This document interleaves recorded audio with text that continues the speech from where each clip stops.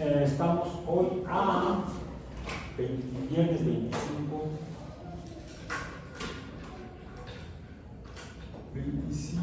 de agosto de 2023 en ecología. ¿Soy yo lo que está sonando?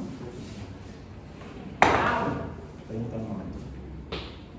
Es que puse el celular aquí un poco.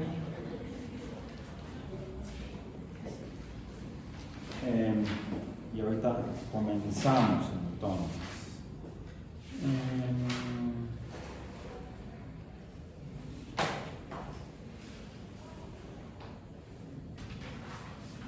Ok, bien, es más, vamos a silenciar esto.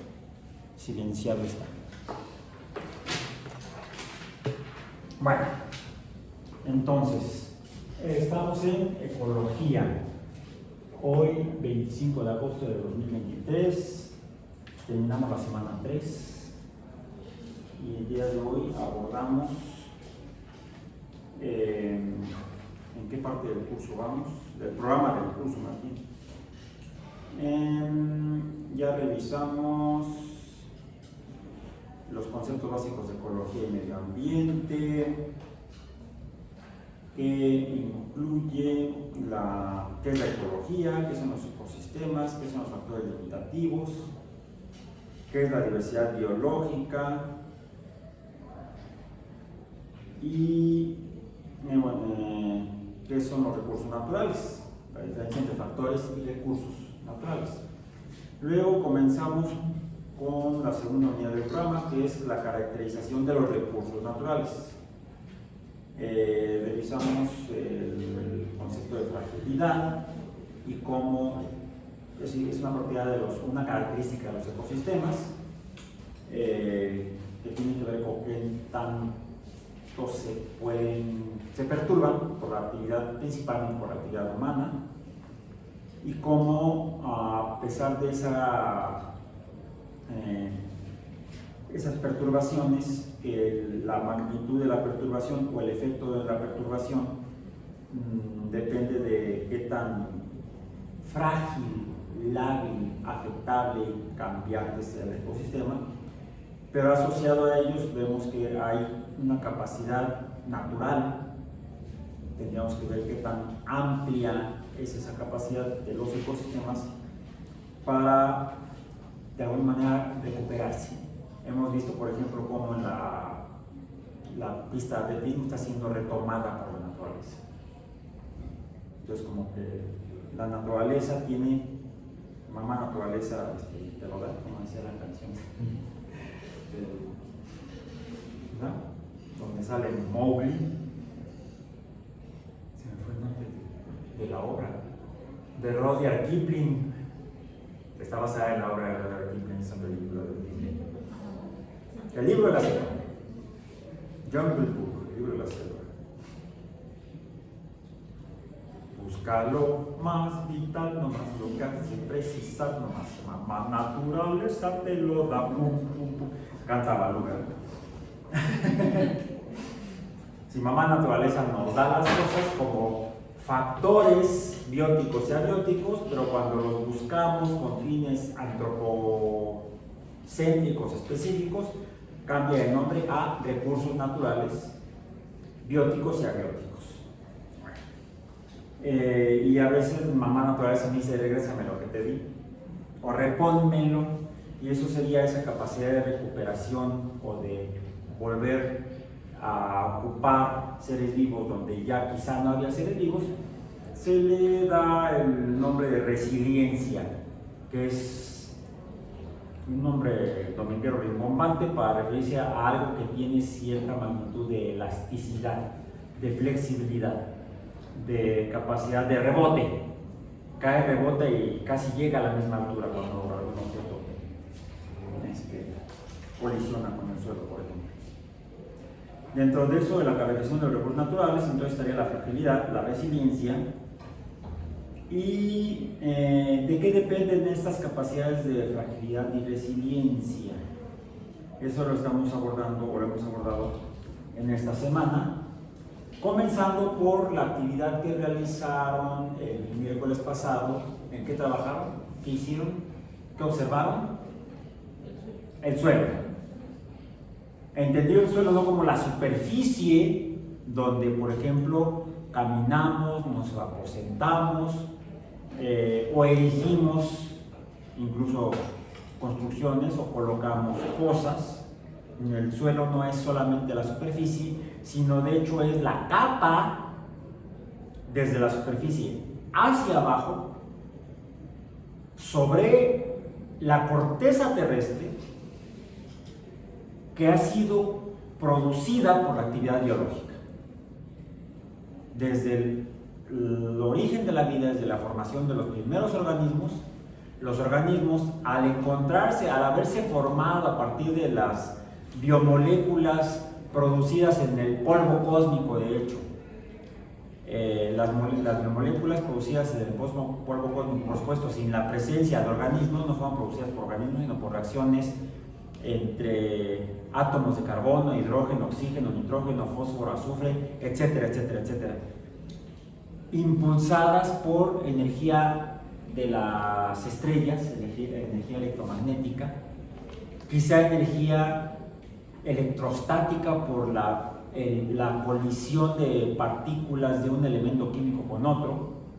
Siempre que algo se frota, se producen cargas eléctricas, se carga la materia y se forman potenciales eléctricos entre cargas estáticas,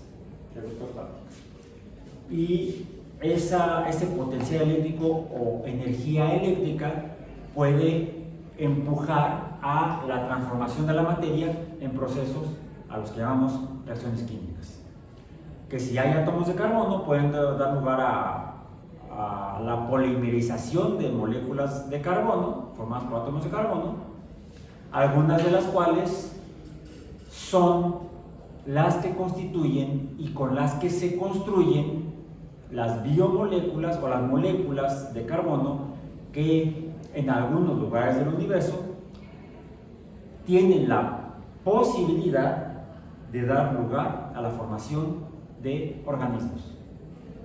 Al menos es lo que plantearon Oparin y Haldane hace 100 años casi. En la década de los 20 del siglo pasado, Alexander Oparin, biólogo ruso-soviético, digo porque nació ruso, pero ya cuando era biólogo era soviético, cosas de revoluciones sociales, ¿sí? Y en el Reino Unido, el profesor Haldane, de manera independiente, tuvo las mismas ideas, las propuso de manera cuasi paralela a Oparin sin haberse conocido ellos en ese momento. Se conoce como la teoría del origen de la vida de Oparin y Haldane. Así surgen los seres vivos, y cuando se forman en una superficie de un cuerpo astronómico, empiezan en ese cuerpo astronómico, en esa superficie, a construir suelo, como sucedió en la Tierra. El suelo es producto de la vida. Entonces, tenemos como factores en los ecosistemas, por ejemplo, bióticos, factores bióticos debemos decir, al suelo,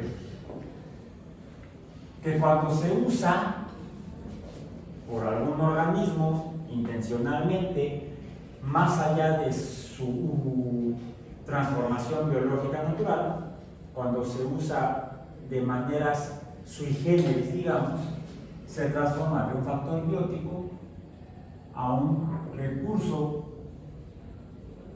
La transformación o uso lo transforma en un recurso bionatural biótico. Sería así con mayúsculas porque es nombre, recurso natural biótico. El suelo es entonces un recurso natural biótico. ¿Sí? Pero no es el único factor natural o factor o que puede transformarse en recurso natural que existe en un ecosistema. Los factores bióticos son parte de los ecosistemas. Son, por lo tanto, recursos naturales existentes en los ecosistemas.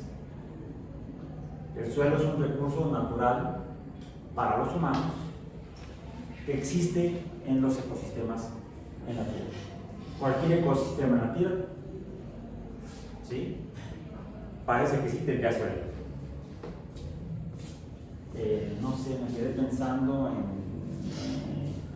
la atmósfera. Hay organismos, podríamos considerar la atmósfera como un ecosistema. Hay un entorno, los gases de la atmósfera. Principalmente el más abundante, nitrógeno, luego oxígeno, y en 1% hay otros gases como vapor de agua, dióxido de carbono, monóxido de carbono, metano, etc. En la columna de aire hay organismos viviendo en esa columna de aire, en ese medio conformado por gases. Sí, por lo menos bacterias. Por lo menos bacterias. Sería un ecosistema medio raro porque ahí no habría suelo. Dejemos de lado esa especulación ecológica. ¿Hay algún otro medio en la Tierra que pudiera comportarse de manera similar a esta idea que planteé ahorita de que el aire pudiera ser? El aire en sí, de hecho, la atmósfera es un factor abiótico. Tenemos factores bióticos y tenemos factores abióticos, dijimos. Es un nombre, por eso lo pongo con mayúsculas. Factor abiótico, no es cualquier cosa, es el nombre de las cosas que están en los ecosistemas que son de origen no biológico, como la corteza terrestre misma. Si la corteza sería un factor abiótico.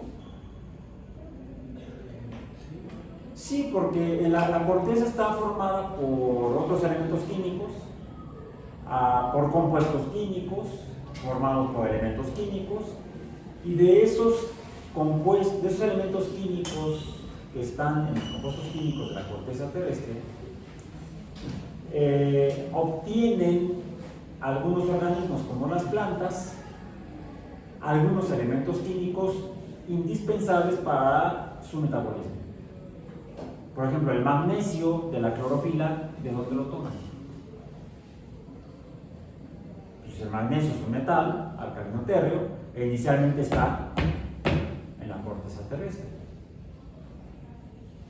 Quizá no esté tan inmediatamente disponible, pero de alguna manera después llega a estar disponible como un factor para que los organismos fotosintetizadores, los productores, puedan usarlo, puedan obtenerlo del medio y lo incorporen a su metabolismo, por ejemplo, para sintetizar clorofila, para que ese anillo policíclico o sistema policíclico tenga en su centro la tierra sonora. Creo que se caña. No, ese centro no. Además, se refiere a los centros de batalla, no al centro de la tierra. Entonces, centros, no centros. La letra de eliminación. Ok. Entonces, en el centro del sistema de anillos está el magnesio. ¿De dónde proviene? De la corteza. Entonces, la corteza terrestre es un factor abiótico. La corteza. Sobre la corteza se ubica el suelo, se construye el suelo, se va formando el suelo, se va conformando el suelo. ¿Por qué? Porque hay en ella elementos químicos como el magnesio de la clorofila, el hierro y el cobre de la cadena respiratoria, porque los organismos verdes, los productores, también tienen no solamente tienen cloroplastos con clorofila, sino que también tienen mitocondrias, las plantas vasculares y las plantas no vasculares, todos los organismos conformados por células eucariontes que sean de organismos productores en el ecosistema, pues cuentan con cloroplastos y con mitocondrias. Y en las mitocondrias está la cadena respiratoria, que está conformada, entre otras, por metaloproteínas, es decir, son proteínas, biomoléculas, por lo tanto, moléculas orgánicas, que para llevar a cabo su función metabólica requieren la presencia de un elemento químico metálico. Una de ellas en particular, ese elemento químico metálico que le permite a la proteína funcionar como enzima, que entonces se recibe el nombre de cofactor, no confundir con los factores abióticos o inibióticos, como cofactor bioquímico al hierro. Y otra de esas proteínas, que también es metaloproteína, porque también para llevar a cabo su función enzimática requiere tener en su estructura incorporado cobre. Entonces tenemos ferroproteínas en la cadena respiratoria y tenemos cuproproteínas, eso más difícil de pronunciar, cuproproteínas en la cadena respiratoria, en las mitocondrias de las células eucariontes. ¿De dónde viene ese cobre y ese hierro? De la corteza terrestre. Entonces tenemos elementos metálicos como el magnesio, metal alcalino térreo, metales de transición como el hierro y el cobre y otros. ¿De dónde los obtienen los organismos? De la corteza.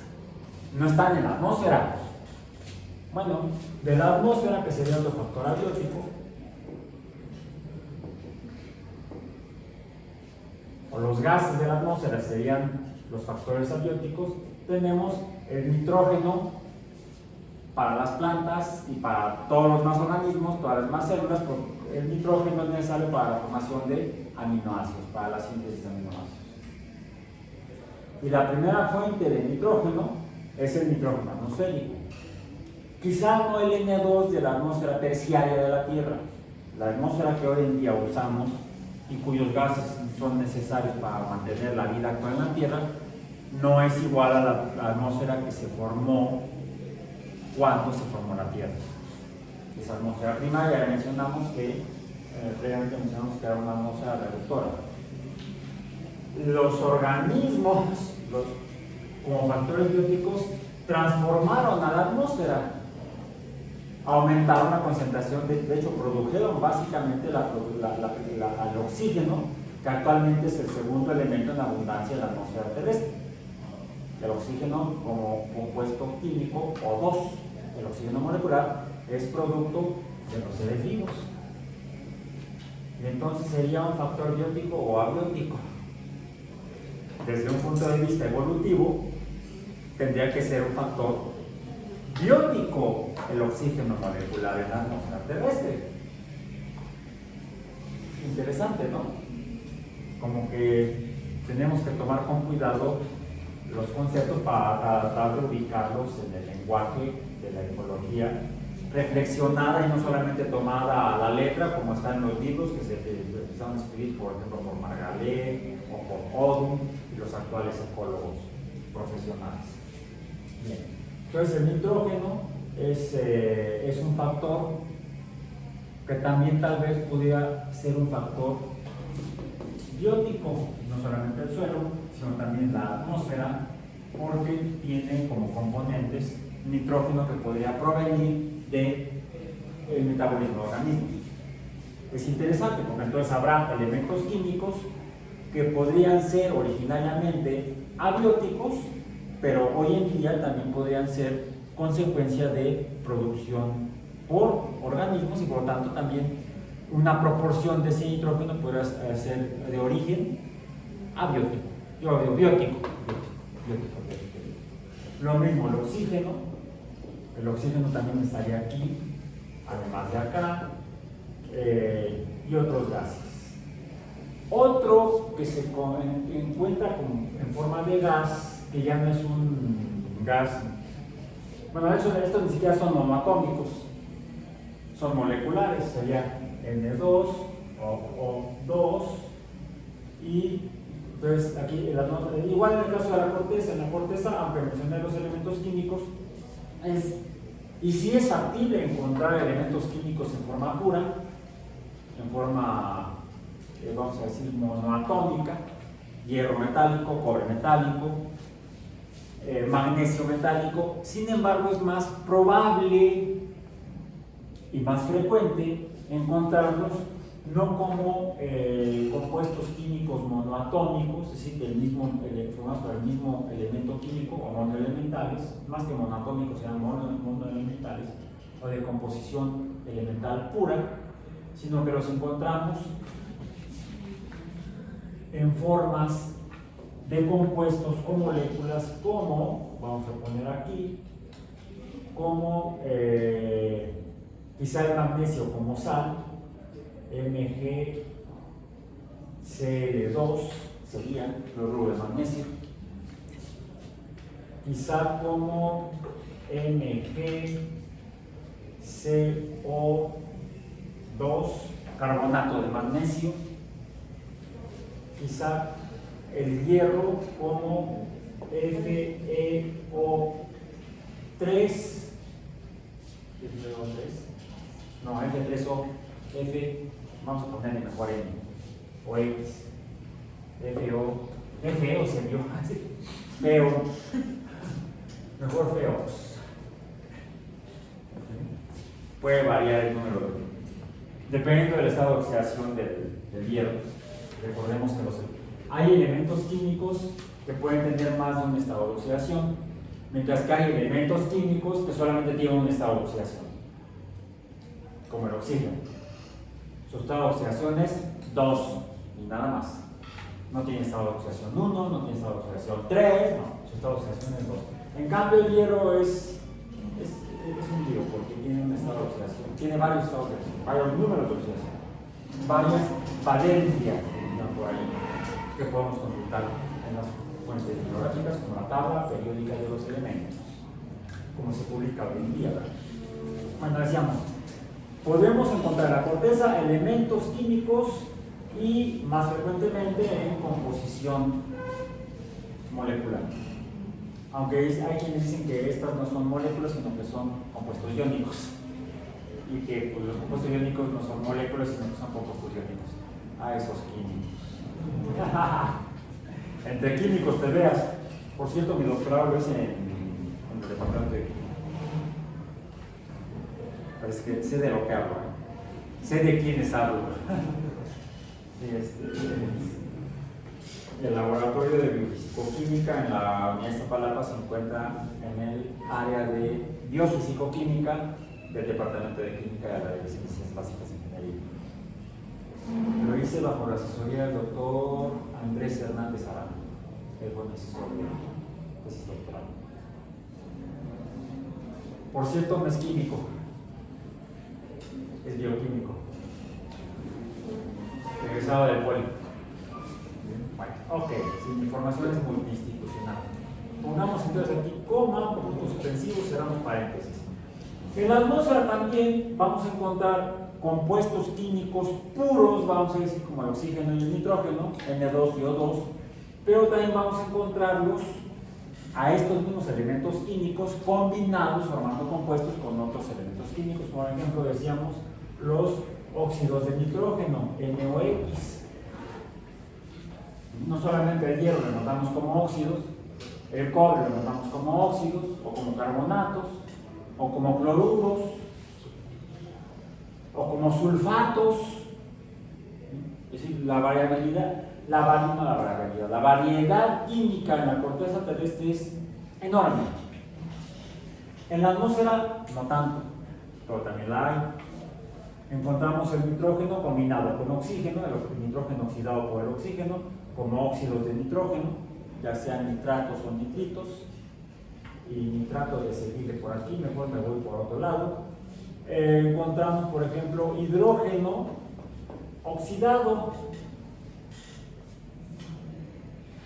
hidruro de oxígeno, podemos decir, u óxido de hidrógeno, monóxido de hidrógeno,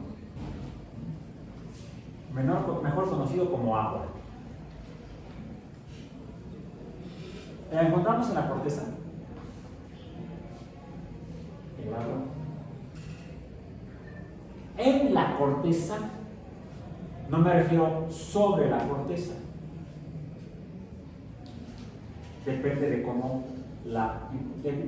cómo se vea, cómo se incorpore a ese medio terrestre.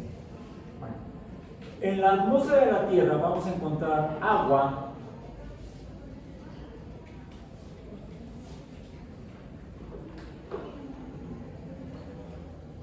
como compuesto químico, pero que se halla en los tres estados de agregación física en que se puede encontrar cualquier compuesto químico. No digo elemento químico porque los elementos químicos rara vez se encuentran solos, salvo los gases nobles o inertes, que son los únicos que se encuentran como monoatómicos en el medio. Todos los demás 92 elementos químicos naturales, por eso quitamos los halógenos, que son ¿cuántos? A ver, vamos a poner acá los halógenos. Son flúor, luego cloro. Bueno, esos no son los halógenos. No, estoy pensando si me pasaban los canales. Gases nobles. Helio, es con H, con eso que el H es muda, nadie le hace caso. Helio. Luego, ¿cuál? Neón. Luego, ¿alguien se tuta la periódica? ¿No? ¿Te acuerdas de ellos? Buen químico. Buen chico, diría por ahí. Argón. Krypton, ese de Superman.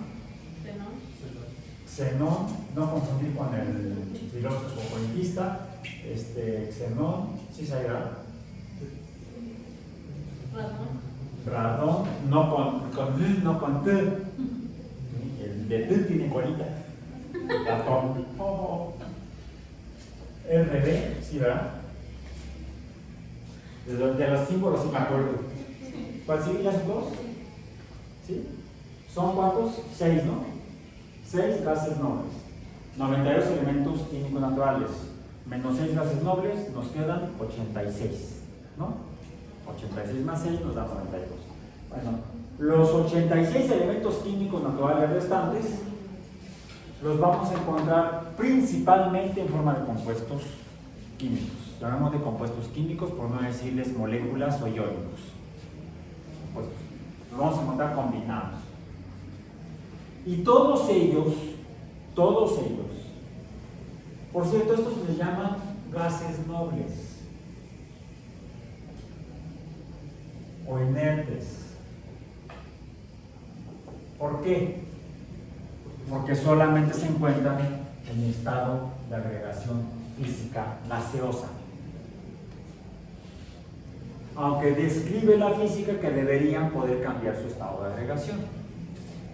No cambiarían químicamente, no formarían enlaces químicos con otros elementos, no formarían compuestos. Pero sí se pueden transformar, incluso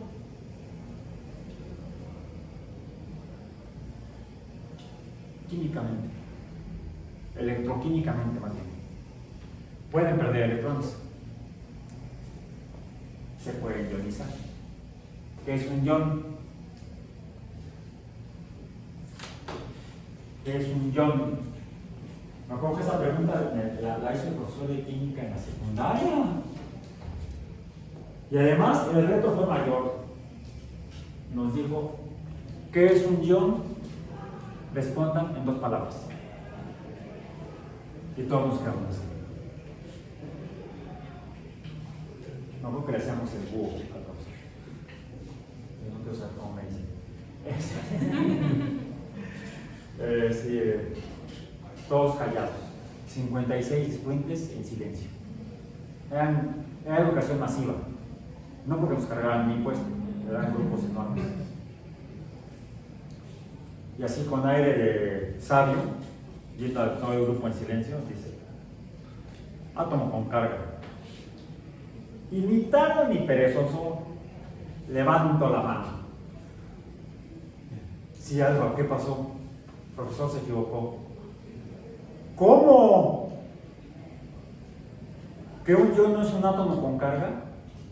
Profesor, se equivocó. Usted nos dijo que respondiéramos en 2 palabras.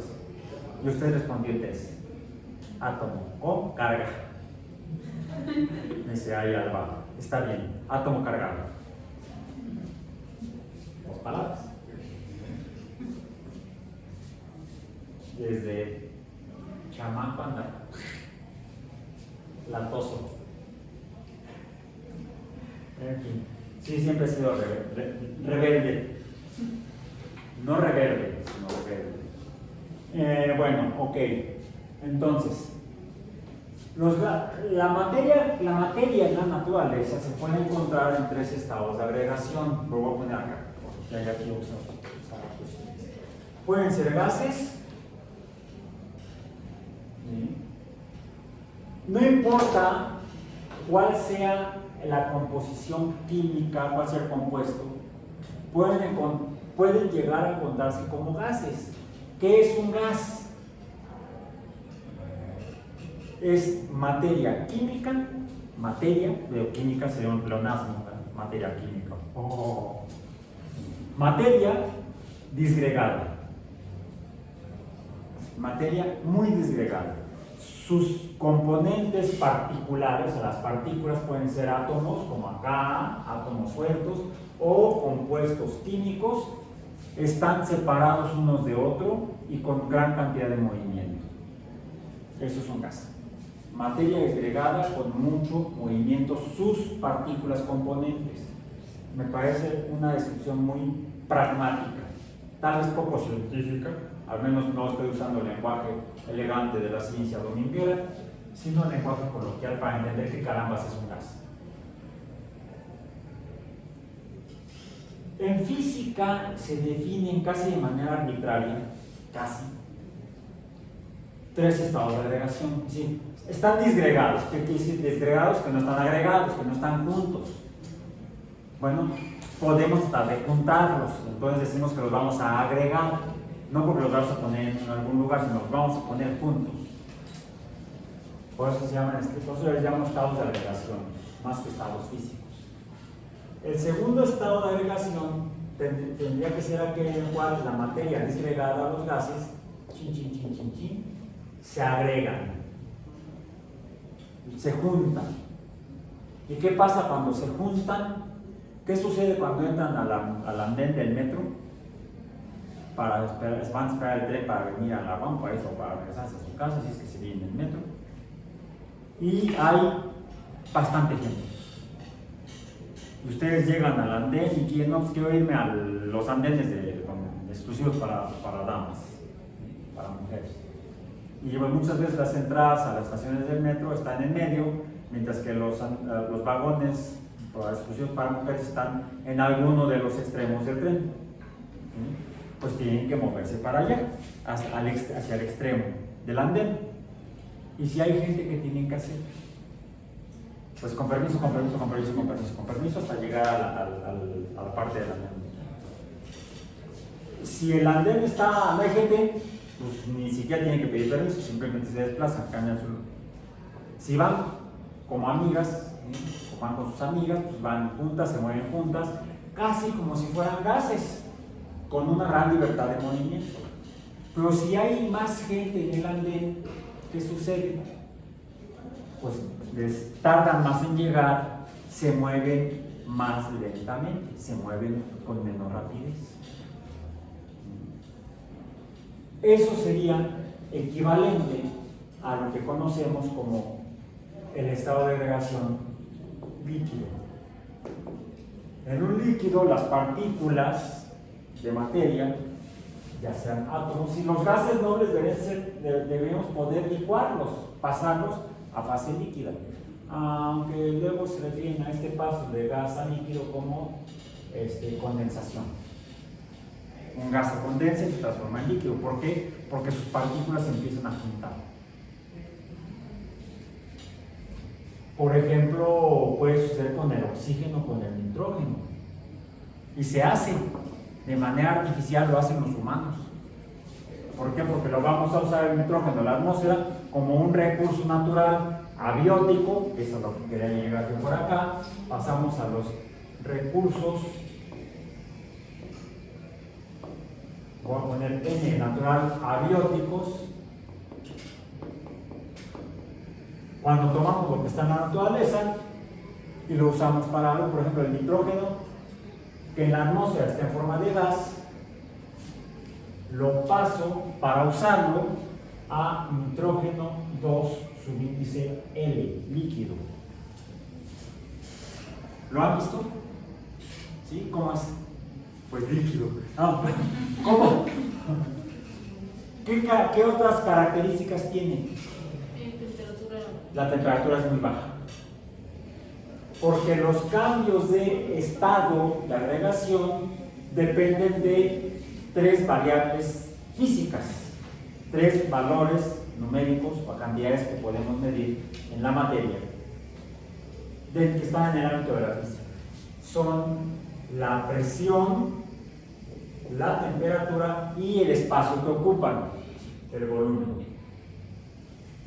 Digo yo, en un gas, la materia ocupa mucho espacio, un gran volumen. Si reduzco la misma cantidad de gas, materia, el volumen que ocupa, estoy reduciendo su volumen. Curiosamente hay consecuencia en las otras dos cantidades. Aumenta la presión y dependiendo de cómo lo haga puede bajar la temperatura. Entonces cuando comprimo el nitrógeno, disminuye su movimiento.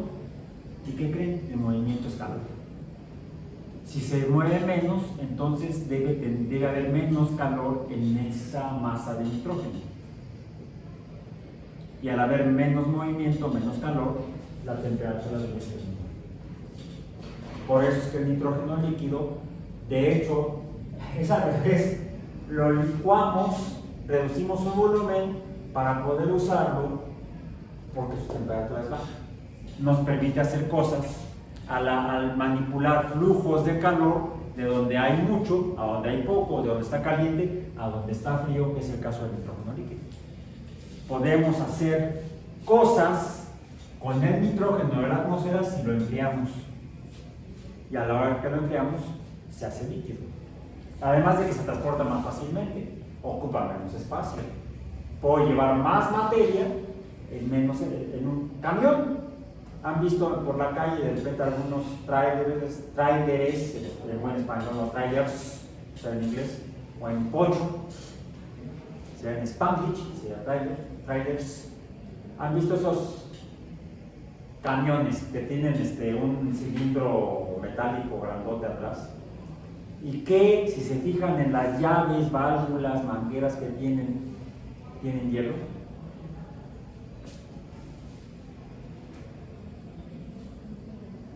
De esa manera podemos saber si lo que están transportando en los camiones es tal vez nitrógeno o tal vez oxígeno, que también se hace. El oxígeno se suele transportar muchas veces como oxígeno molecular líquido, que le pasa lo mismo que al nitrógeno. Baja la temperatura. La temperatura del nitrógeno líquido, de una muestra de nitrógeno líquido tomado de la atmósfera, lo licuamos, baja la temperatura, llega hasta menos 170 grados Celsius. Está muy frío. El oxígeno un poco menos frío, un poco más caliente. Fíjense, cuando andan por la calle vean algún camión de esos que traen unos cilindros, suelen pintarlos de blanco. Y fíjense en la parte de atrás, que es donde están las llaves y válvulas y mangueras con las que sacan el nitrógeno o el oxígeno, casi siempre tienen hielo. Se ven como carrito de paletas, con hielo en la superficie. ¿Por qué? ¿Qué es el hielo? El siguiente estado de la relación, ya lo dijimos, si yo un gas le bajo la temperatura, lo presiono o le reduzco el espacio que ocupa, el volumen, se transforma en líquido.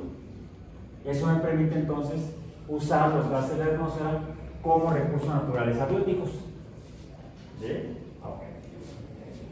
Okay. Y si reduzco todavía más el volumen, va a llegar un momento en que se va a hacer sólido,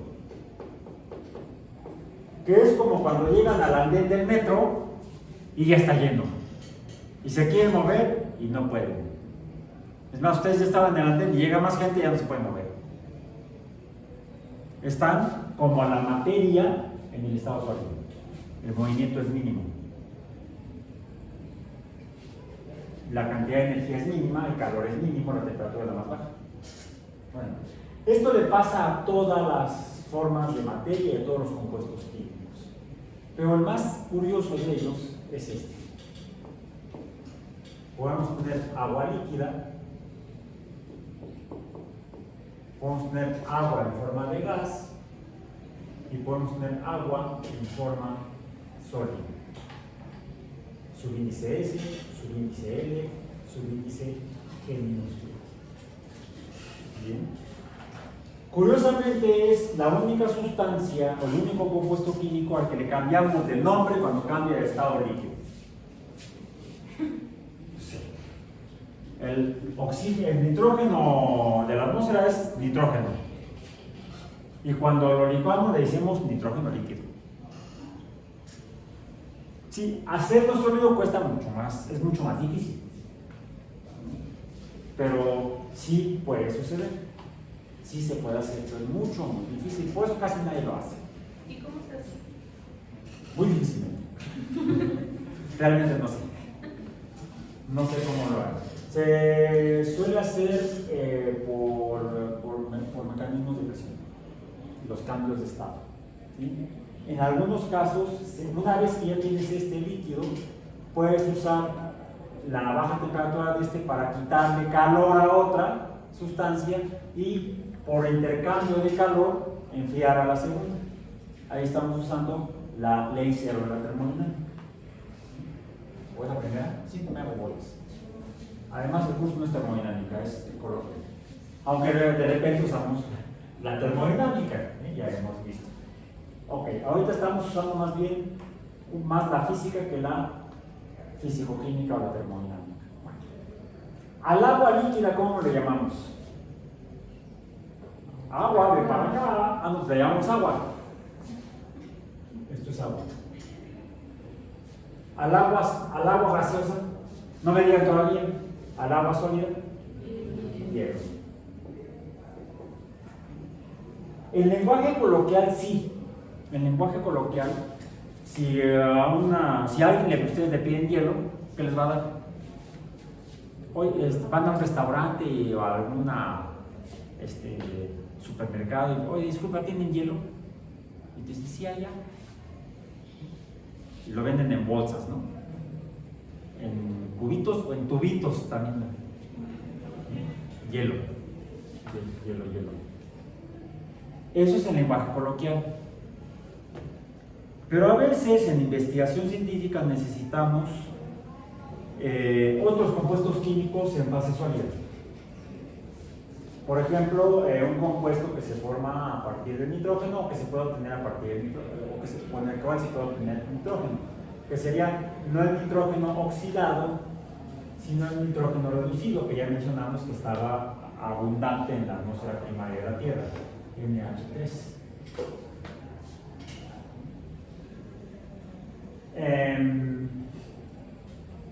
¿Cómo se llama? El NH3. ¿NH3 cómo se llama? Amoníaco.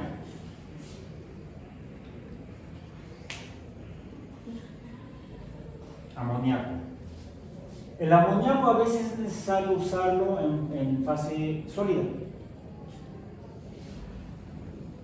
Y entonces nos referimos a hielo de amoníaco. No lo pedimos, necesito amoníaco sólido. No, hielo de amoníaco lo pedimos.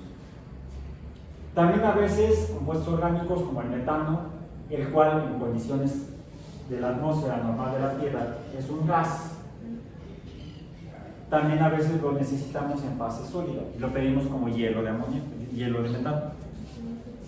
De hecho, en astronomía, cuando uno le pregunta a un astrónomo qué es un cometa, les va a decir, bueno, un cometa es una bola de nieve sucia.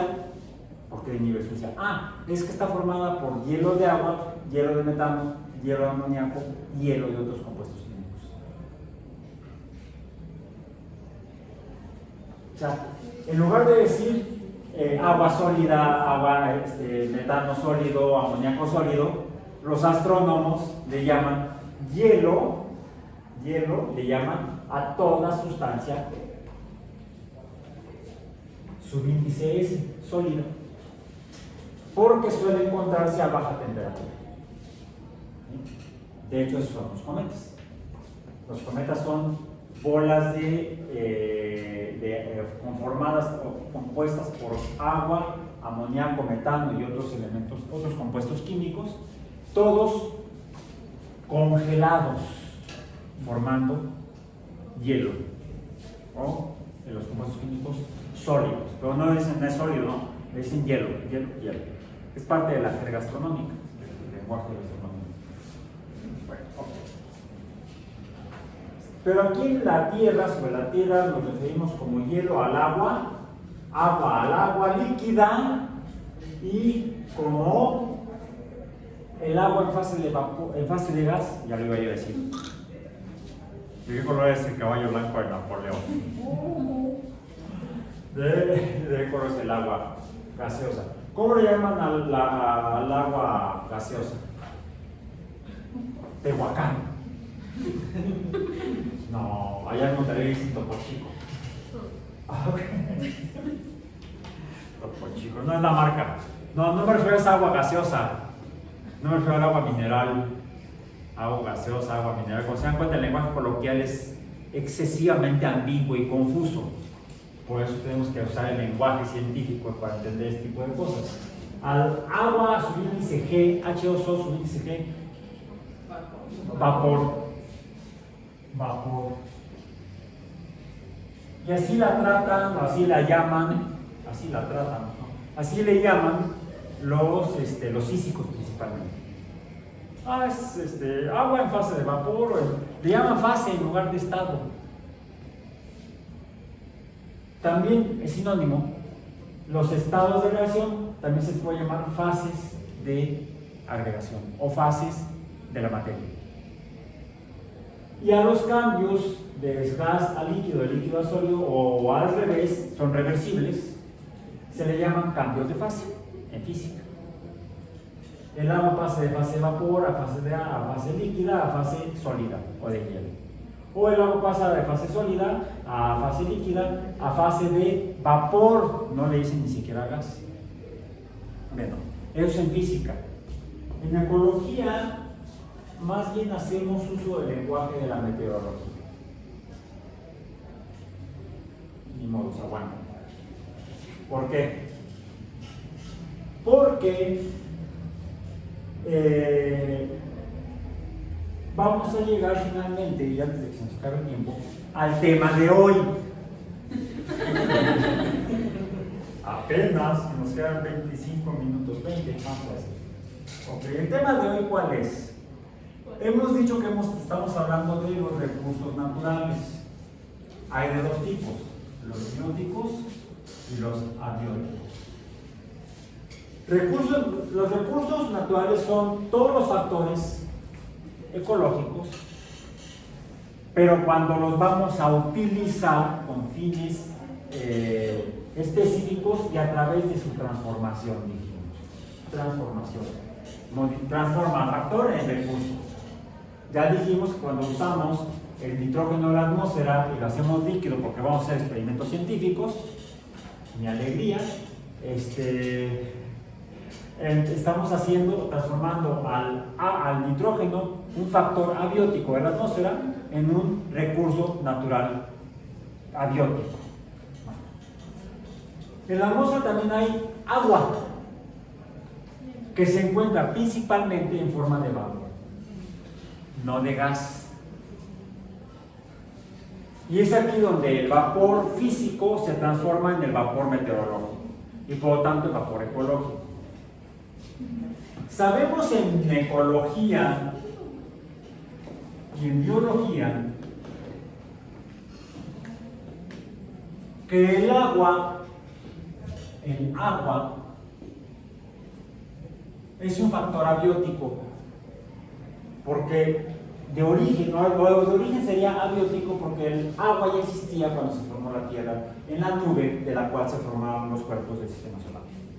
Salvo el Sol, ahí no hay agua, pero en el resto del material remanente del sistema solar que dio lugar a planetas, asteroides, cometas, etc., ya lo dije, los cometas son bolas de nieve sucia porque tienen agua en fase sólida, en estado sólido, los astrónomos le llaman hielo de agua. De hecho, algunos astrofísicos o astrónomos sugieren que el agua que existe en la Tierra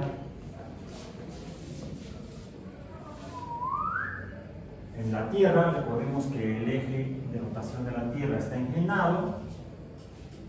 Este sería el ecuador terrestre, estos serían los trópicos, el trópico de Cáncer, el trópico de Capricornio. En la Tierra hay agua, y esa agua, algunos astrónomos dicen que llegó de los cometas, donde era sólida. Chocaron con la Tierra cuando ya se estaba terminando de formar, quizá contribuyeron a la formación de la Tierra también, hasta que alcanza su masa actual, que es casi la original, casi no ha cambiado la masa de la Tierra desde que terminó de formarse, y después de que se formó la Luna, porque hubo un trancazo ahí con un protoplaneta del tamaño de Marte, y es la teoría, la hipótesis más aceptada, por tanto teoría, que explica el origen de la Luna. Cuando estaban formando los planetas alrededor del Sol, del material que estaba sobrante de la formación del Sol, pues se fue agregando por cargas electrostáticas y por gravedad. Algunos fueron muy grandotes como Júpiter, otros chiquitos como Mercurio, la Tierra más o menos, y ya estaba, ya me formé, y de repente, ¡bolas! Otro protoplaneta con una masa similar a la de Marte, le llegó de rozón casi. Si hubieran chocado cara con cara, no hubiera quedado planeta permanente y no estaría usted aquí. Ni usted, ni yo, no había nada. Pero el choque fue de ladito y el material remanente se quedó orbitando a la Tierra, se agregó otra vez y formó la Luna. Tenemos la evidencia en los laboratorios, en Houston, en los laboratorios en la Tierra. Bien, bueno, ok. Eso dio lugar a la formación de la Tierra hace 4.500 millones de años aproximadamente. Y se formó a partir del material que había, que estaba conformado por todo esto. No hay más ni menos material prácticamente desde que se formó la Tierra en la Tierra. Lo que hay es lo que estaba.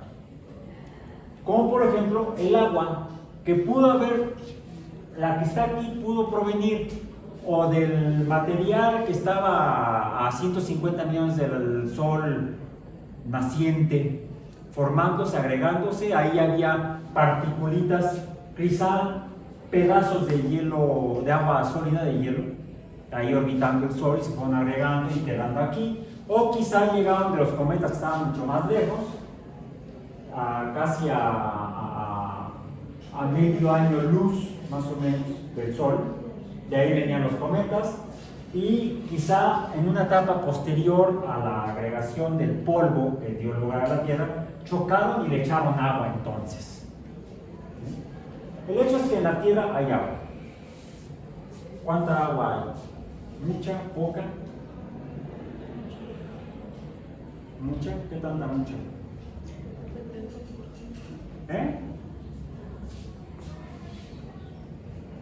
Muy poca. Pero ¿cómo si el 70% de la 75%, 70% de la superficie está cubierta por agua? Si la superficie. Pero solamente la superficie. Y no solo eso, de toda el agua H2O, su índice T, o sea, terrestre, esta se encuentra en los tres estados de agregación: sólida, líquida y gaseosa. Sí, gaseosa. Sólida está principalmente aquí y en las cumbres más altas, y en los polos, serían en el círculo polar, los círculos polares. Líquida, ¿dónde está?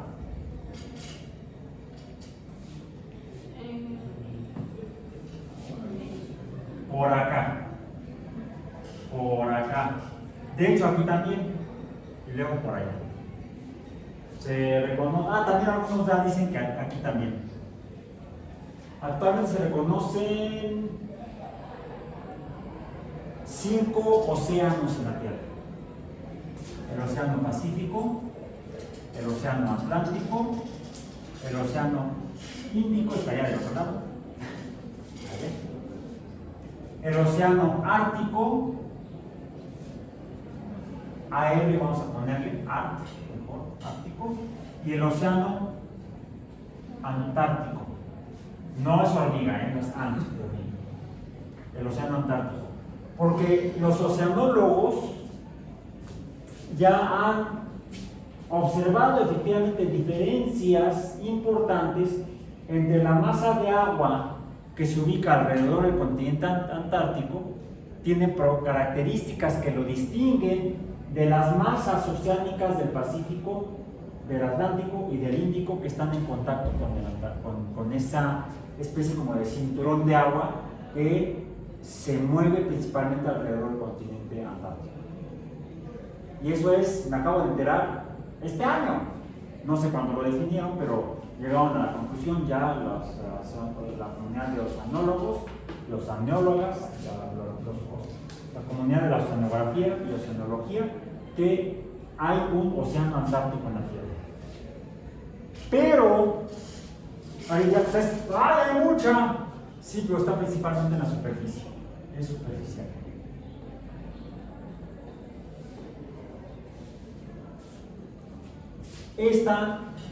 ¿Dónde estaría el agua gaseosa? No en las botellas de Topo Chico ni de Tehuacán. Me refiero al agua dispersa, disgregada.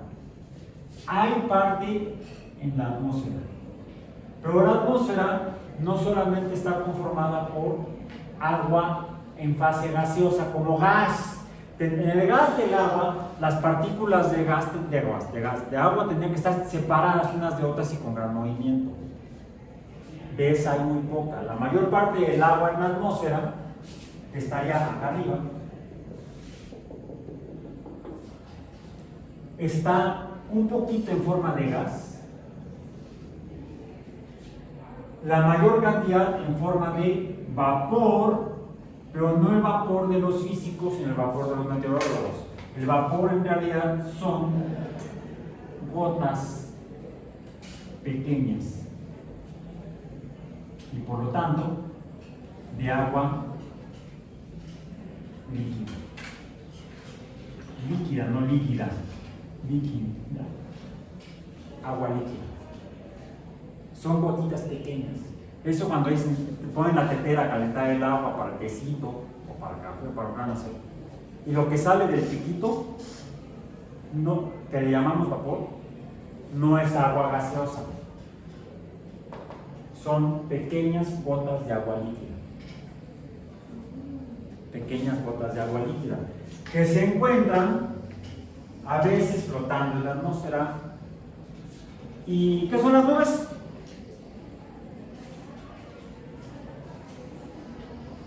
¿De qué están hechas las nubes? De algodón. No, de algodón de azúcar. No, porque si no serían rosas y azules como las que venden en Chapultepec.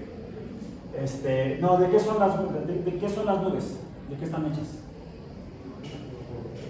Mejor no pregunto. No, esas otras nubes no. Las nubes que vemos allá arriba típicamente están formadas principalmente por agua. Puede haber otros compuestos químicos combinados con el agua.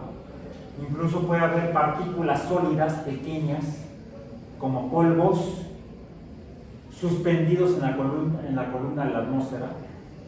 Bien. En la atmósfera puede haber también polvo.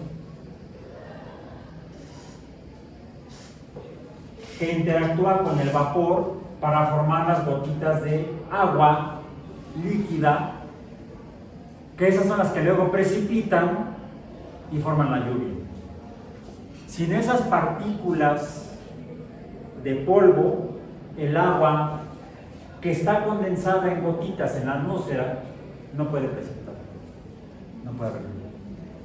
Y eso depende entonces, es decir, si bien en condiciones físicas la transformación de agua o de la materia en general de gas a líquido a sólido depende de estas tres variables físicas, en cuestiones meteorológicas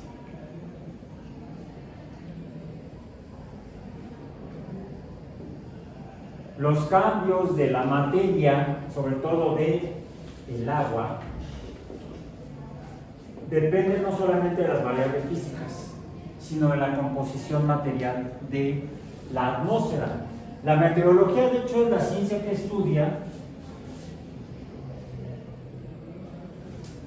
los cambios en la atmósfera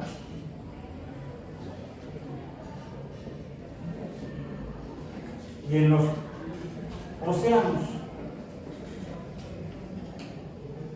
Aunque también encontramos agua, y la voy a poner representada de otra manera, con otro color, encontramos agua líquida no solamente en los océanos, sino también encontramos agua por aquí. ¿Qué estoy representando acá?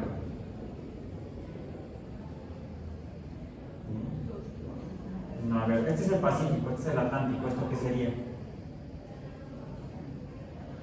El continente americano. Sí. Y hay agua aquí, es agua superficial, sería agua continental o agua llamada dulce. Que esta, de toda el agua que hay en la Tierra, esta representa cuando mucho el 1% del agua total en la superficie de la Tierra.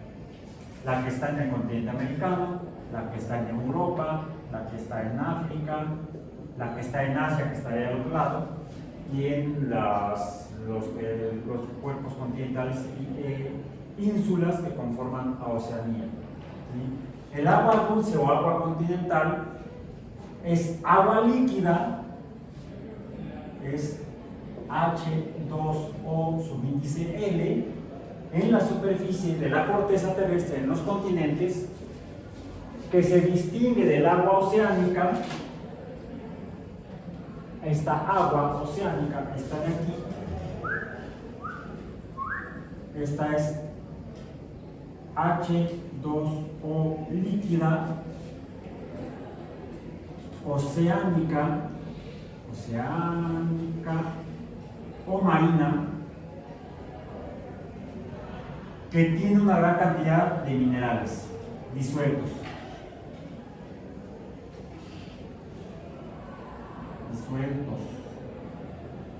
Y eso la hace no útil para los humanos. No es un recurso natural el agua oceánica.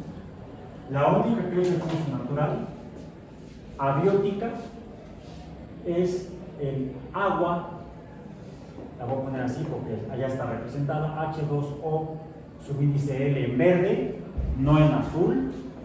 Es la única agua que podemos usar como recurso natural abiótico en la Tierra. Entonces no importa cuánta agua haya finalmente en la Tierra, la cual tampoco es mucha. La profundidad promedio, la profundidad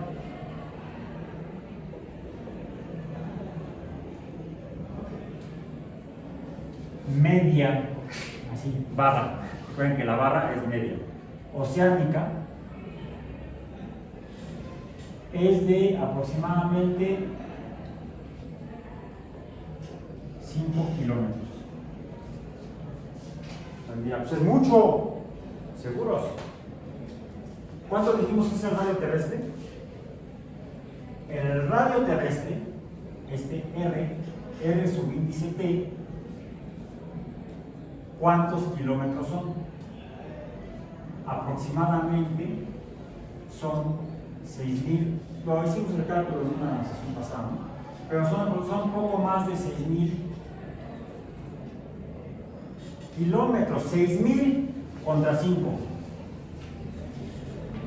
Entonces realmente, aunque hay quienes han llegado a proponer que hay tanta agua en la Tierra, que en lugar de llamarle planeta Tierra, deberíamos llamarle planeta Agua, eso es un engaño, porque solamente estamos viendo lo de encimita. De toda la masa terrestre y de todo el cuerpo terrestre, de la masa terrestre, solamente la superficie de la Tierra está mojada, literalmente mojada, con una capa de, si fueran metros estos, 6.000 metros, no kilómetros, 6.000 metros. ¿Cuál sería la profundidad del agua en metros? 5 metros.